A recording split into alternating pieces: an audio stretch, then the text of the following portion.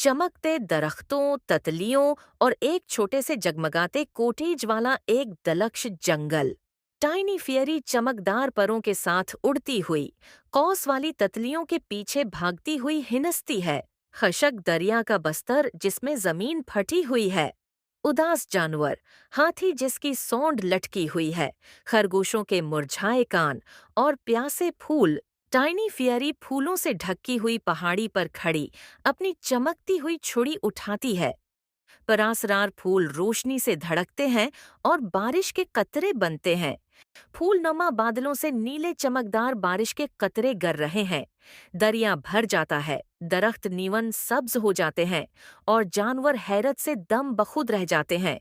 हाथी खुशी से पानी छिड़क रहा है, खरगोश घास पर ब्रेक डांस कर रहे हैं, परिंदे म्यूजिकल नोट गा रहे हैं।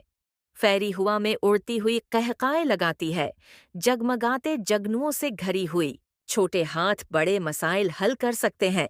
जानवर टाइनी फेयरी को कौस किज़ह के नीचे गले लगाते हुए